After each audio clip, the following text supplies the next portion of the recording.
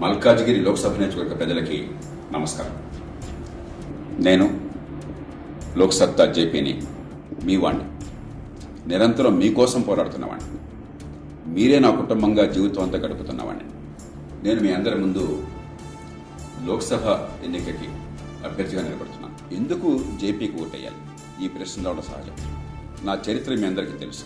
40 ఏళ్లుగా ఈ దేశంలో ప్రజాస్వామ్యాన్ని మార్చటం, ప్రజల బతుకుల్ని బాగు చేయటమే లక్ష్యంగా పెట్టుకుని ఒక విద్యార్థిగా, ఓ యువకుడిగా, ప్రభుత్వంలో ఒక ఉన్నతాధికారిగా, ఒక పౌర సమాజ ఉద్యమ నిర్మాతగా, ఒక రాజకీయ పార్టీ నేతగా, ఈ దేశంలో పలుకుబడినటువంటి కీలకమైన పౌరుల్లో ఒకరుగా నిరంతరం రేయింబవళ్లు దానికోసం కృషి చేశాను.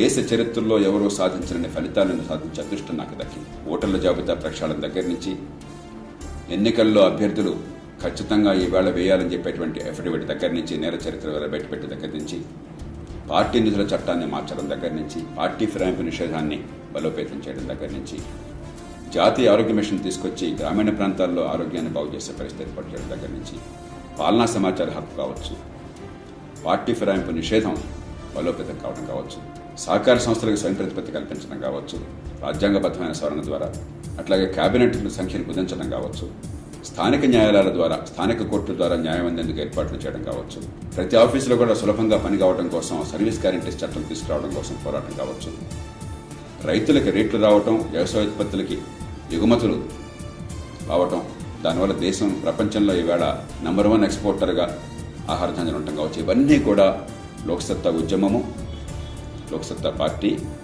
ఒక పౌరుడిగా నేను సాధించిన విజయాలు. ఏ పదవి లేకుండా నేను సాధించాను. ఈవేళ హైదరాబాద్ నగర ప్రజలకు నేను కోరుకునేది, వర్షం కురిస్తే వరదలు రాకూడదు, మంచినీళ్ళు మురుగునీళ్లు కలవకూడదు. మీకు వర్షపు నీళ్లు, స్టామ్ వాటర్ డ్రైనేజ్ కావాలన్నా, మంచినీళ్ళు సరిగ్గా ఇంటికి అందాలన్నా, ఈ సివరేజ్, ఈ మురుగునీటి వ్యవస్థను బాగు చేయాలన్నా 7,000 కోట్ల రూపాయలు హైదరాబాద్ నగరానికి కావాలి. ఆ 7,000 కోట్ల రూపాయలు కూడా కేటాయింపజేసి వీటిని ఖచ్చితంగా అమలు చేసే బాధ్యత నాది హైదరాబాద్ నగరానికి. రెండోది, ప్రతి చిన్న పనికి ఎమ్మెల్యే ఎంపీ దగ్గరికి పోవాల్సి వస్తుంది. ఎక్కడికక్కడ పన్ను అవడానికి వీలుగా తలసరి 1,000 రూపాయలు కేటాయించి 22,000 రూపాయలు తలసరి ప్రభుత్వం ఖర్చు పెడుతుంది మన డబ్బుని. దానిలో తలసరి 1,000 రూపాయలు మనకు కేటాయిస్తే, 1,000-1,500 కేటాయిస్తే, ఏ కాలనీకి ఆ కాలనీ, ఏ బస్తీకి ఆ బస్తీ, ఏ రెసిడెన్స్ అసోసియేషన్ కా రెసిడెన్స్ అసోసియేషన్, ఏ వార్డు కా వార్డు, అక్కడ ప్రజల చేతుల్లోనే పెడితే ఒక పద్ధతి ప్రకారం ప్రతి పోలింగ్ బూత్కు ఒక నియంత్రణ ఏర్పాటు చేసి, చిన్న చిన్న పనులన్నీ కూడా, ఒక మ్యాన్హోల్ కవర్ కావచ్చు, స్థానికంగా డ్రైన్ కావచ్చు, మంచినీళ్ళ సమస్య కావచ్చు, స్ట్రీట్ లైటింగ్ కావచ్చు, గార్బేజ్ కావచ్చు, పార్క్ కావచ్చు, ఇవన్నీ కూడా స్థానికంగా చేసుకోవచ్చు. ఇవాళ నెల తరబడి తిరిగినా కూడా పనులు కావట్లేదు, డబ్బులున్నా కూడా. ఇది నేను ఖచ్చితంగా చేస్తాను. ఇప్పటికే దానికి ఒక మార్గాన్ని ఏర్పాటు చేయడం జరిగింది. జాతీయ స్థాయిలో ఆర్థిక సంఘంతో కూర్చోవడం జరిగింది. దాన్ని నేను 100% అమలు చేయిస్తాను. మన నగరం కోసం, తెలుగు ప్రజల అన్ని 2 రాష్ట్రాల తెలుగు ప్రజల కోసం, దేశంలో అన్ని ప్రాంతాల కోసం నేను చేస్తాను. ఇక మూడోది, ఏ చిన్న సమస్య వచ్చినా కూడా ఎక్కడికి పోవాలో తెలియట్లేదు మనకి. ఒక కాల్ సెంటర్ ఏర్పాటు చేయించి, కరెంటు సమస్య దగ్గర నుంచి మంచినీళ్లు కావచ్చు, స్ట్రీట్ లైటింగ్ కావచ్చు, మ్యాన్హోల్ కవర్ కావచ్చు, ఒక్క ఫోన్ కొడితే ఆ నంబర్కి, ఆ కాల్ సెంటర్ ద్వారా, ప్రపంచం మొత్తానికి కాల్ సెంటర్లు మనం ఏర్పాటు చేస్తుంటే మన నగరానికి ఏర్పాటు చేసుకోలేమా? అక్కడ వివిధ శాఖలకు అది వెళ్ళి ఆ సరైన సమయంలో గడువుల పని ఏర్పాటు నేను చేయించుతాను. ఈ సర్వీస్ గ్యారెంటీ చట్టాన్ని నేనే ప్రతిపాదించి జాతీయ స్థాయిలో పెట్టడం జరిగింది. పార్లమెంట్ ముందు ఉన్నది. దాన్ని అమలు చేయించి ప్రతి పనికి గడువు పెట్టి, గడువు లోపల పని కాకపోయినట్టయితే వాళ్లే మనకి రోజుకు 250 రూపాయలు పరిహారం చెల్లించే ఏర్పాటు నేను ఖచ్చితంగా చేస్తాను. ఇక హైదరాబాద్ నగరంలో మెట్రో వస్తున్నది, మనం గర్వించేది, మంచిది. దాంతోపాటు MMTSని విస్తరించాలి. ఫేజ్ 2, ఫేజ్ 3 పూర్తి కావాలి.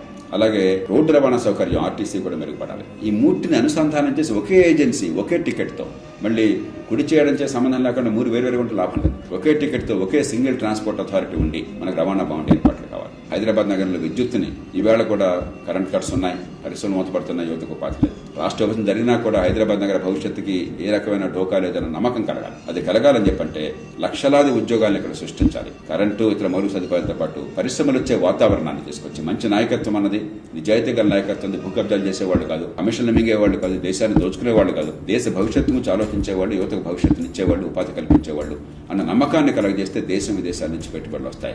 దానికి నేను భరోసా ఇస్తున్నాను. ఆ బాధ్యత నేను తీసుకుంటాను. ఇంకా 2 తెలుగు రాష్ట్రాలకు కూడా ఈ 5 ఏళ్లుగా ఇంత గందరగోళం చెలరేగితే నిశ్చలంగా ఉండి, నిష్పక్షపాతంగా ఉండి, అందరికీ న్యాయం చేయడం కోసం నిరంతరం పాటుపడి శ్రీకాకుళంలో కావచ్చు, అనంతపూర్లో కావచ్చు, ఆదిలాబాద్లో కావచ్చు, అన్ని చోట్ల ఒకే మాట చెప్పేటువంటి ధైర్యము, స్థైర్యము, నిజాయితీ లోక్సత్తాకి మాత్రమే ఉన్నది. రాష్ట్ర శాసనసభలో రెండు రాష్ట్రాల ఆర్థిక భవిష్యత్తుకి పునాదులు వేసే అదృష్టం నాకు దక్కింది. ఇవాళ నేను సూచించిన ప్రతిపాదనలే ఈ దేశంలో బీజేపీ, కాంగ్రెస్ అంగీకరించే చట్టంలో మార్పులు తెచ్చిన ప్రధానమంత్రి నుంచి మనకి నిర్దిష్ట హామీలు లభించాయి. కానీ అమలు కావాలంటే ఆ పద్మవ్యూహంలో అంత తేలిక కాదు. దానికి సమర్థులు, విశ్వసనీయత ఉన్నవాళ్ళు, అన్ని పార్టీలు కలపగల వాళ్ళు, పరిజ్ఞానం ఉన్నవాళ్ళు, అనుభవం ఉన్నవాళ్ళు, తెలుగు ప్రజల పట్ల మమతానురాగాలు ఉన్నవాళ్ళు, పక్షపాతం లేని వాళ్ళు అక్కడ కూర్చుని ఈ రెండు రాష్ట్రాలకు న్యాయం చేయాలని చెప్పంటే నేను అక్కడ కూర్చోవాలి. అందుకోసమే నేను మీ ముందుకు ఓటు కోసం వస్తుంది. ఇక అన్నింటినీ మించి జాతీయ స్థాయిలో ఏడాదికి 1 కోటి ఉద్యోగాలను సృష్టించాలి. మన రాష్ట్రంలో, ఉమ్మడి రాష్ట్రంలో ఏడాదికి 10-12 లక్షల ఉద్యోగాలు సృష్టించాలి. హైదరాబాద్ నగరంలోనే కనీసం 2-3 లక్షల ఉద్యోగాలను సృష్టించాలి ఏడాదికి. ఒక సాధారణ శాసనసభ్యుడిగా ఏ అధికారం లేకున్నా 4,000 ఉద్యోగాలు నేను అక్కడ కల్పించగలిగాను. ఈవేళ ఏడాది 1 కోటి ఉద్యోగాలు కావాలంటే ఆర్థిక వ్యవస్థ సమూలమైన మార్పులు కావాలి.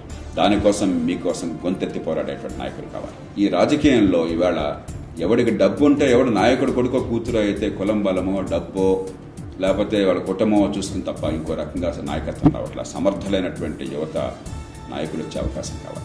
ఎవరు దేశానికి పనికొస్తారో వాళ్ళు ఎన్నికయ్యే పరిస్థితులు కావాలి.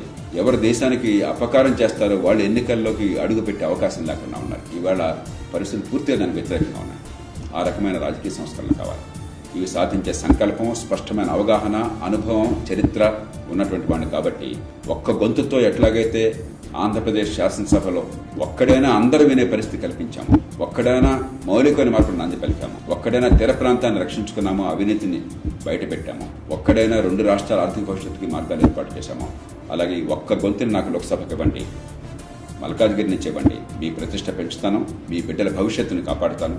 మల్కాజ్గిరిలో ఇందాక నేను చెప్పినవన్నీ అమలయ్యేందుకు స్పష్టమైనటువంటి పథకం ప్రకారం అమలు చేయించి, స్థానికంగా రాష్ట్రంలో జాతీయ స్థాయిలో కావాల్సిన పనులు చేయించి మన బిడ్డల బతుకు భరోసానే ఉంటాను.